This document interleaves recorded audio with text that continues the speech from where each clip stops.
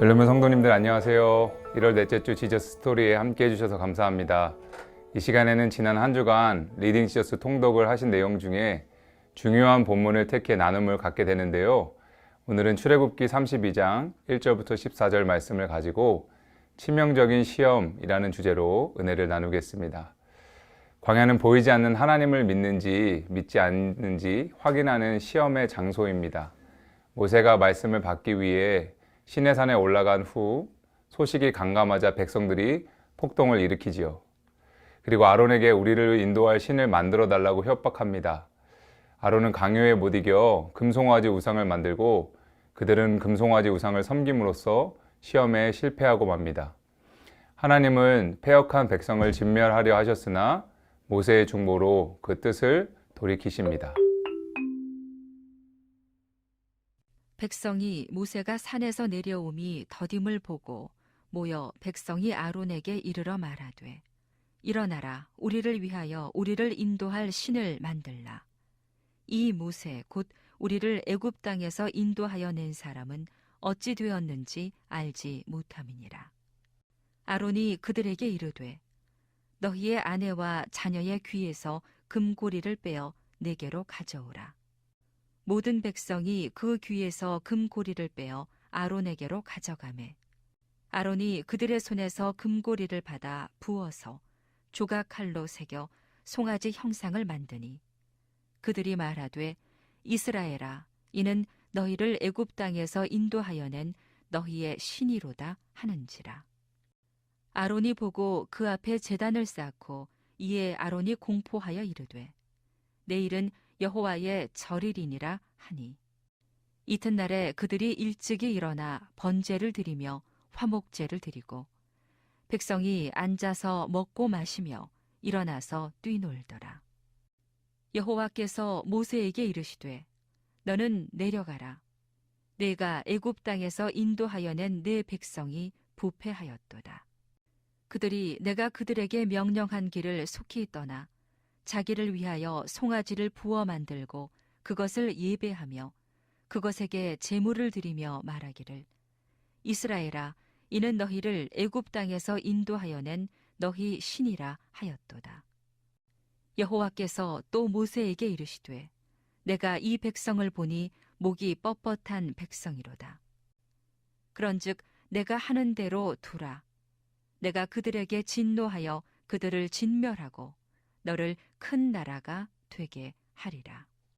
모세가 그의 하나님 여호와께 구하여 이르되 여호와여 어찌하여 그 큰 권능과 강한 손으로 애굽 땅에서 인도하여 내신 주의 백성에게 진노하시나이까.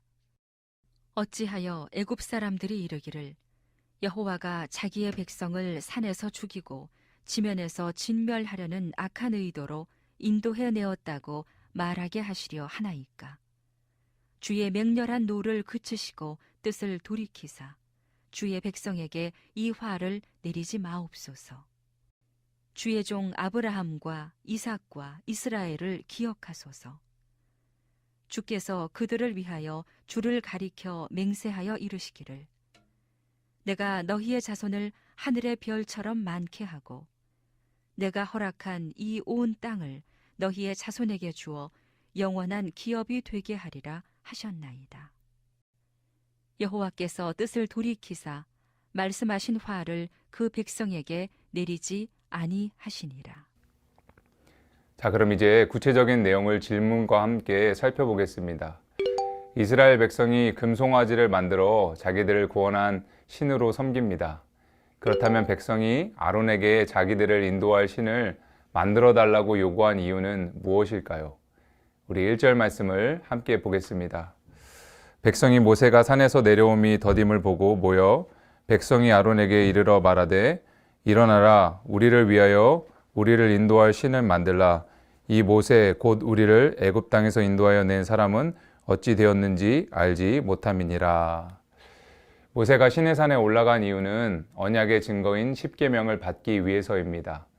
그런데 산 아래에서는 백성이 아론에게 우리를 인도할 신을 만들어 달라고 협박을 하죠. 하나님이 백성과 언약을 맺은 지 불과 40일도 채 안 되었는데 백성이 모세가 더디 내려오자 참지 못하고 우리를 인도할 신을 만들어 달라고 요구한 것입니다. 이것은 공동체 내에 지도력 공백으로 인한 군중의 불안 심리가 촉발된 것은 아닙니다. 공동체 내에 영적인 지도자가 부재한 틈을 이용한 것이지요. 자, 그렇다면 아론은 금송아지를 만들고 나서 그것을 뭐라고 불렀을까요? 우리 본문 2절에서 4절 말씀을 함께 보겠습니다. 아론이 그들에게 이르되 너희의 아내와 자녀의 귀에서 금고리를 빼어 내게로 가져오라. 모든 백성이 그 귀에서 금고리를 빼어 아론에게로 가져가매 아론이 그들의 손에서 금고리를 받아 부어서 조각칼로 새겨 송아지 형상을 만드니 그들이 말하되 이스라엘아 너는 이는 너희를 애굽 땅에서 인도하여 낸 너희의 신이로다 하는지라. 아론은 영적인 지도력을 선하게 발휘하지 못하고 궁중의 기세에 눌려 타협의 길을 걷습니다. 이스라엘을 애굽에서 구원해서 지금까지 인도하신 하나님은 지금 산 위에 실존해 계시는데 아론은 백성의 협박에 못 이겨 송아지 형상을 만들고 이것이 너희를 애굽 땅에서 인도하여 낸 너희의 신이라고 선언한 것이죠. 백성은 하나님의 말씀의 통치를 받기보다 자신의 말을 들어줄 신을 창조하려고 했습니다. 아론은 그런 백성의 정치적 집단 행동에 타협하고 만 것이죠. 우상은 하나님의 거룩한 형상이 아니라 백성의 저급한 탐욕이 투영된 껍데기 형상일 뿐입니다. 자, 그렇다면 아론은 금송아지 앞에 제단을 쌓으면서 내일이 누구의 절기라고 선포했을까요? 우리 5절 6절의 말씀도 함께 보겠습니다. 아론이 보고 그 앞에 제단을 쌓고 이에 아론이 공포하여 이르되 내일은 여호와의 절이니라 하니 이틀날 그들이 일찍 일어나 번제를 드리며 화목제를 드리고 백성이 앉아서 먹고 마시며 일어나서 뛰놀더라. 아론은 나름대로 여호와 신앙 체제도 유지하고 백성의 집단적 요구도 절충한 새로운 종교 체제를 만들려고 했습니다. 그래서 금송아지 앞에 제단을 쌓고 난데없이 내일은 여호와의 절일이라고 선언한 것이죠. 눈에 보이는 금송아지 형상으로 하늘에 계신 여호와를 대신하려고 한 것입니다. 여호와의 이름이 들어가기 때문에 겉보기에는 여호와 신앙 체제가 유지되는 것처럼 보이지만 사실 이것은 노골적으로 이방신의 이름을 부르는 것보다 더 간교하고 악한 행동입니다. 왜냐하면 이 사건은 이스라엘이 더 이상 하나님의 말씀을 통치를 받는 언약 공동체가 아니라 인간의 뜻대로 신을 부리는 패역한 욕망 공동체로 거듭나가겠다는 반역 행위이기 때문입니다. 자, 이제 지금까지의 내용을 생각해 보면서 첫 번째 나눔을 가지시면 좋겠습니다. 우상이란 눈에 보이지 않는 하나님을 보이는 형상으로 조각하며 그것에 경배하는 행위입니다. 기독교는 내가 만들어낸 신을 섬기는 종교가 아니라 하나님의 말씀에 계시된 하나님을 섬기는 종교입니다. 말씀과 상관없이 내 탐욕이 만들어낸 우상이 있다면 무엇인지 우리 서로 나누어 보시면 좋겠습니다. 하나님은 불순종한 백성을 진멸하려 하셨지만 모세의 중재 덕에 뜻을 돌이키십니다. 하나님은 금송아지를 만들어 숭배한 이스라엘 백성을 어떻게 평가하십니까? 우리 7절에서 9절을 보도록 하겠습니다. 여호와께서 모세에게 이르시되 너는 내려가라. 내가 애굽 땅에서 인도하여 낸 내 백성이 부패하였도다. 그들이 내가 그들에게 명령한 길을 속히 떠나 자기를 위하여 송아지를 부어 만들고 그것을 예배하며 그것에게 제물을 드리며 말하기를 이스라엘아 이는 너희를 애굽 땅에서 인도하여 낸 너희의 신이라 하였도다. 여호와께서 또 모세에게 이르시되 내가 이 백성을 보니 목이 뻣뻣한 백성이로다. 하나님은 금송아지를 만들어 여호와라 부르는 이스라엘을 부패했다고 평가하십니다. 히브리어 쉬에트는 샤하트의 피해령 강조형입니다. 사하트는 멸망시키다, 파괴하다, 부패하다 라는 뜻을 가지고 있죠. 즉 이스라엘이 매우 적극적으로 하나님의 언약 공동체를 파괴했다는 것을 강조합니다. 하나님께서 시내산에서 언약을 맺을 때 내 소유, 즉 내 백성이라고 하셨습니다. 그런데 하나님이 모세에게 이스라엘을 내 백성이라고 칭하십니다. 금송아지를 만들어 그것을 하나님이라고 부르는 자들은 더 이상 언약 백성의 자격이 없습니다.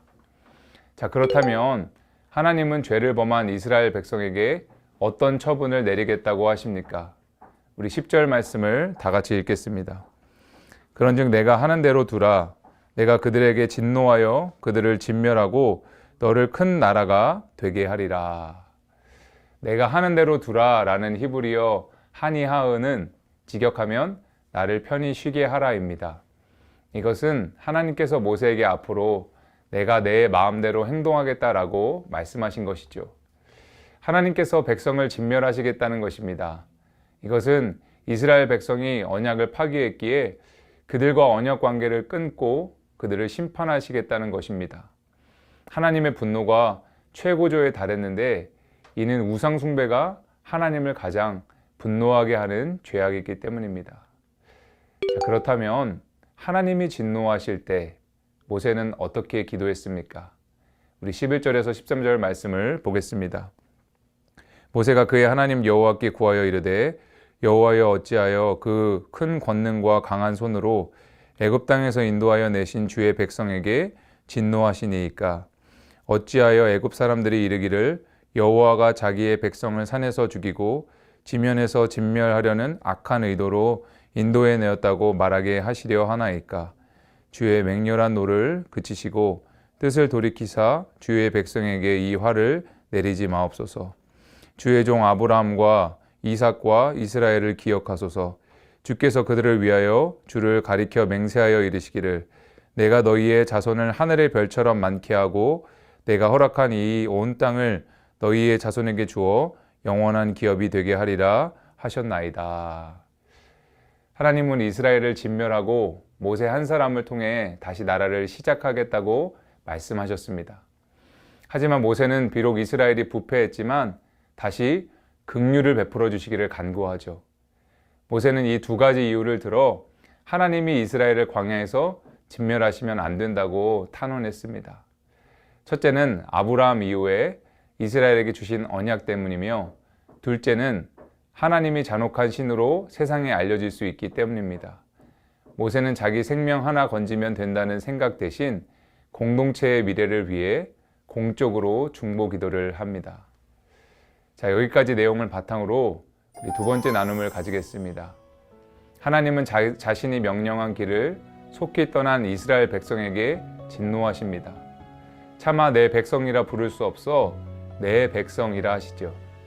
혹시 내 모습이나 우리 공동체 안에 하나님이 실망하시고 진노하실 만한 것은 없습니까? 만약에 있다면 그것을 바로잡기 위해 어떻게 해야 할지 함께 나누어 보겠습니다. 자, 이제 마지막 나눔입니다. 모세는 이스라엘 백성을 주의 백성으로 고쳐 부르며 패역한 백성과 하나님 사이에서 중재합니다. 내게도 모세처럼 간절하게 하나님의 용서와 자비를 구해야 할 사람이 주변에 있지 않습니까? 하나님께 돌아오기를 간절히 바라는 사람이 있다면 서로 나누고 함께 기도하시면 좋겠습니다. 오늘은 출애굽기 32장의 말씀을 살펴봤습니다. 본문을 통해 우리는 우리 삶에서 만날 수 있는 치명적인 시험이 어떤 것인지를 배웠죠. 광야는 보이지 않는 하나님을 믿는지 믿지 않는지 확인하는 시험의 장소입니다. 인생의 광야에서 우상이 아닌 하나님을 선택하는 믿음이 우리 모두에게 있기를 간절히 소망합니다.